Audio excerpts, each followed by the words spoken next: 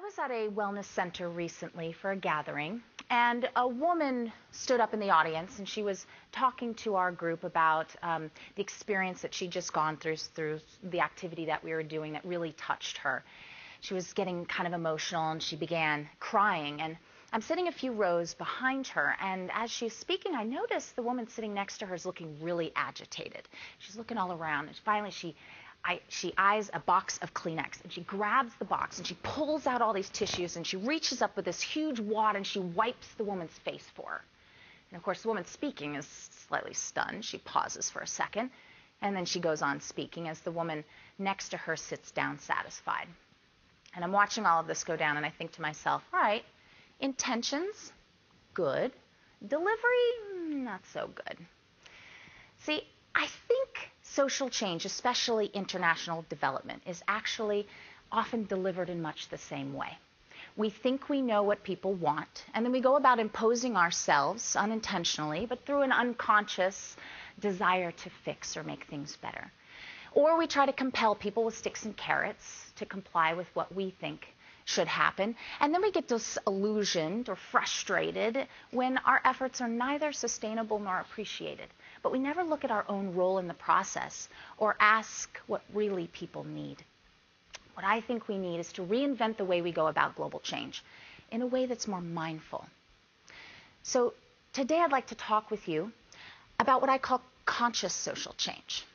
This is an approach led by individuals who invest in their own sense of self-awareness while simultaneously striving to create positive change for the common good, mindfully and compassionately. I'm going to walk us through 5 principles that will help define conscious social change, as well as give you 5 guiding questions that can help you in learning how to practice it. Our first principle is to cultivate presence. And our guiding question here is, what is happening now? When you bring full attention to what is happening within and outside of yourself simultaneously, we call that becoming fully present. And this is a form of mindfulness. Now, science is starting to prove what wisdom traditions have known through their own direct experience for hundreds of years. A 2011 meta-analysis of psychotherapeutic research found evidence for all of these different benefits of mindfulness. Just 3 I'll point out that are relevant today include increased positive emotions, decreased emotional reactivity, and decreased stress. Now, why is this important to us? Well, because we spend most of our time on automatic pilot. And it's the quality of our attention that defines the quality of our relationships and our engagement with the world. Now, let me tell you a little bit about what this looks like. Global Grassroots, the organization that I founded, looks for change agents in some of the most marginalized communities of post-conflict Africa. We run what we call the Academy for Conscious Change, which supports women in particular with mind-body trauma healing, conscious leadership practices like we're talking about today, and a social entrepreneurship incubator, which helps these women create nonprofits that will serve other women and girls within their communities. So one of the conscious leadership practices I teach the women I work with is this. When you feel a rush of emotion, it could be anger, irritation, frustration, what we need to do is pause and notice with curiosity what's going on. And the best way to do that is just take 3 breaths. And when you do so, you're going to be more likely to respond with wisdom than react in a way that could cause harm. So as I'm working with our participants, I often ask them to share any stories they have from how these things are working for them in their own lives. And one day, a woman raised her hand, and she said to me, "Before I came to class yesterday, I cleaned up my whole house. And when I went home, my kids had messed up everything, and I was furious. Usually, I just beat my children. But today, I remembered what you said. And I closed my eyes, and I took 3 breaths, and I realized I don't really want to beat my children. I just want them to clean up the house." So I was able to stand there and to say, "This is why I want you to clean the house. You better do this right now. I'm standing here with my eyes closed."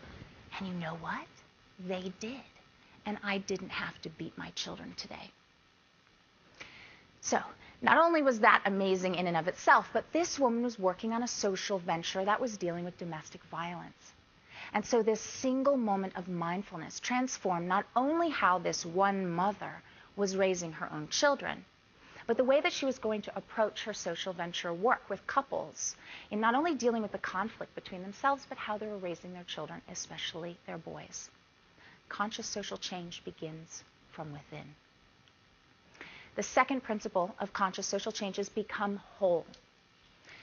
So in addition to noticing and the contemplative, mindful reflection that we're talking about, sometimes we have to be even more proactive and go in and work on our own stuff that might distort our work in the world.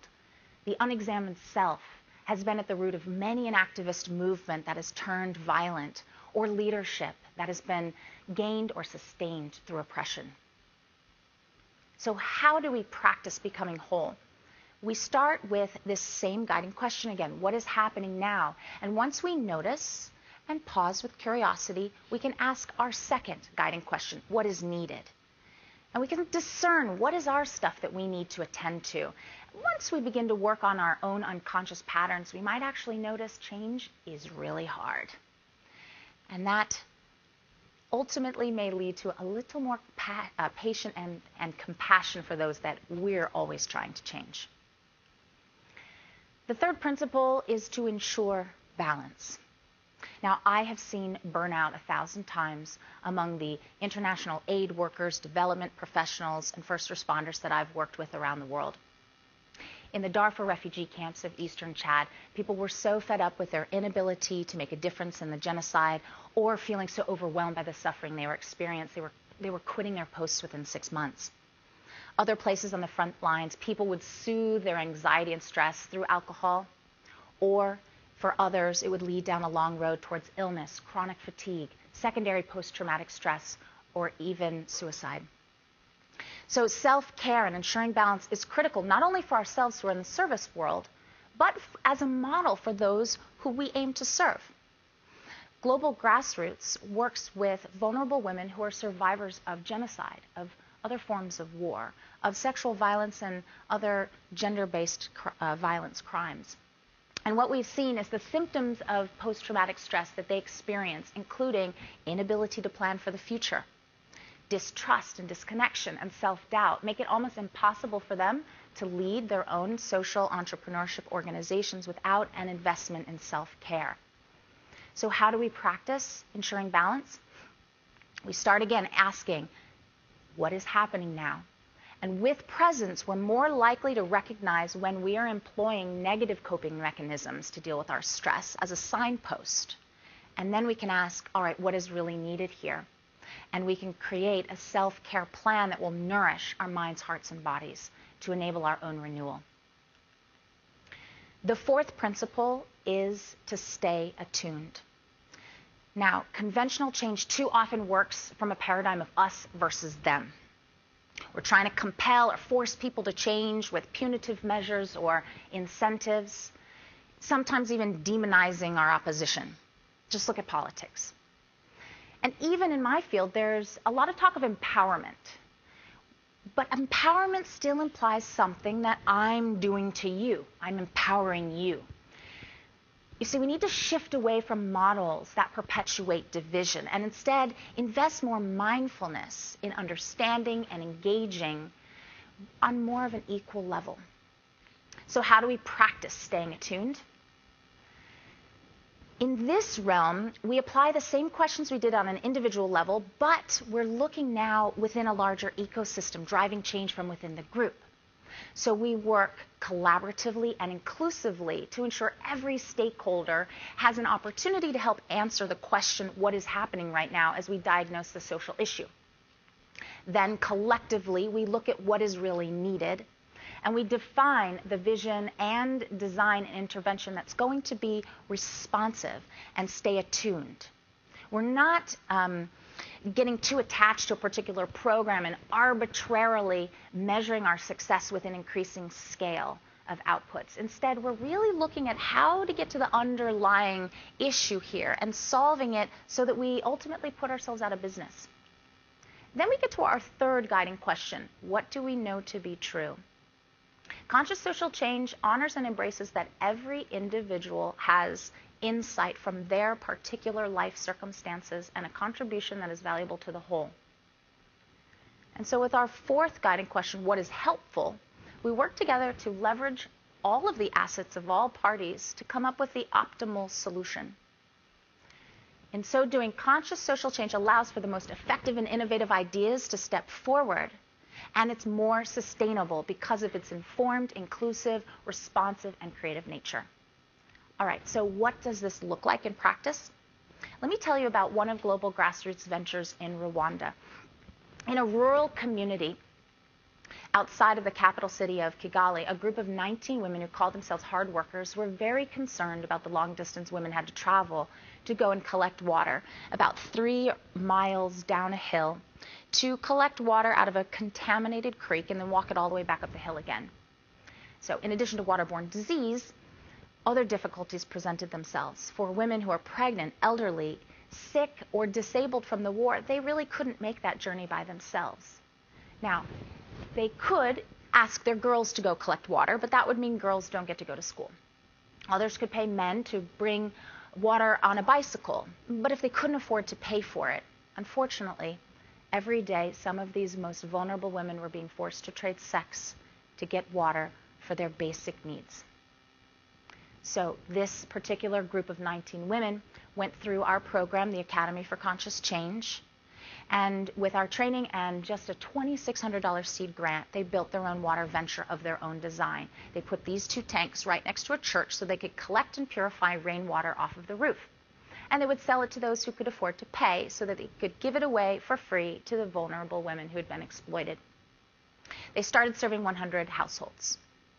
Over time, they, because they were a nonprofit project, began reinvesting their profits back into the local community and decided they needed to pay for orphans' school fees and then vulnerable women's health insurance. And now that women were freed up for other economic pursuits because they weren't spending all day collecting water, they started a microcredit revolving loan fund and helped women start new businesses. Gender relations started changing as men asked to help with the project.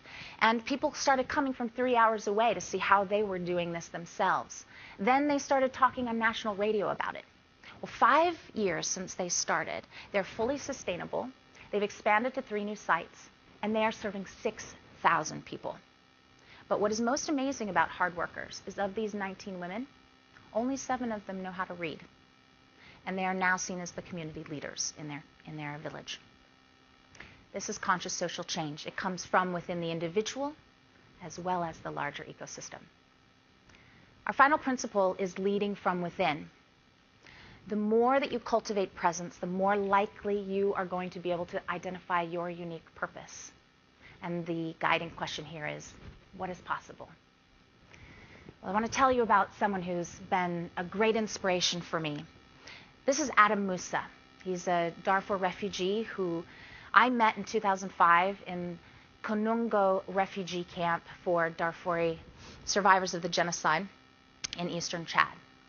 And he's a passionate educator. And so despite the difficulties of living in a refugee camp, he saw opportunity. Adam dreamed of building a human rights library in the middle of this camp of 15,000 people. And it hinged on a single light bulb. So there's no power in the camp. So if you could just get one light bulb working, you'd be certain to have people after dark come and try and figure out what in the world's going on here.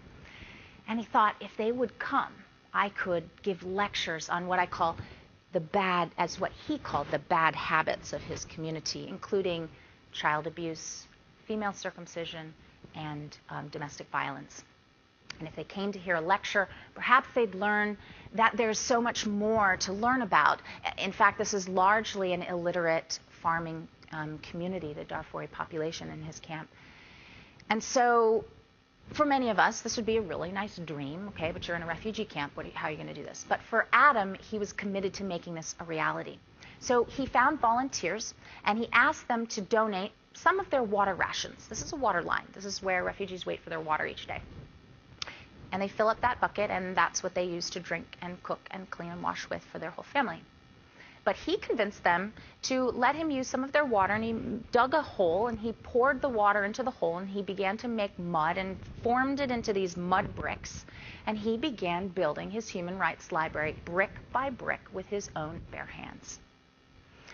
People like Adam, who are driven by this inner sense of purpose, simply won't stop until they know they've made a difference. And in so doing, they inspire collective action. I mean, what do you think it must have taken to convince illiterate refugees to donate scarce water rations in a 109-degree desert to build a library?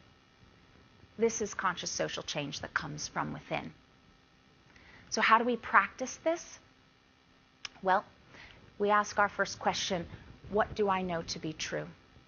You identify your inner passions, and we all know what that is. What energizes us, what are we really good at, what excites us. But it's our responsibility to cultivate it and offer it back for the sake of the common good. And then, in addition to our inner resources, we look at leveraging our outer assets. So let me tell you a quick story about what I mean by this. Global Grassroots has another venture in Rwanda that has been working on teaching 1,300 women how to read. Now, these women were too poor to afford to pay for their training, but the venture still needed to find a way to pay its teachers' salaries. So they used one of our teachings about leveraging waste, and they looked around and they saw there were a lot of rocks lying around, and a lot of sticks and some broken bricks. So they thought, these are assets. And they said to the women, instead of paying a fee, when you come to your training each day, we want you to bring a rock, a brick, or a stick with you and put it in this pile. That'll be your fee. Well, after 2 weeks, they had enough broken bricks and rocks to fill a dump truck, and they sold it to a construction company as building supplies, and they bundled the sticks and they sold it as firewood, and they made enough money to pay their teachers' salaries for several weeks.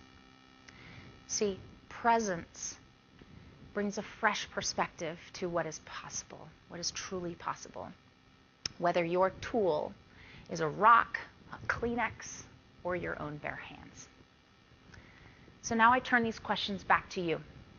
What do you need? What do you really yearn to do in this world? What do you know to be true? What is your unique wisdom? And what is possible? Go within, lead with presence, and you will create conscious social change.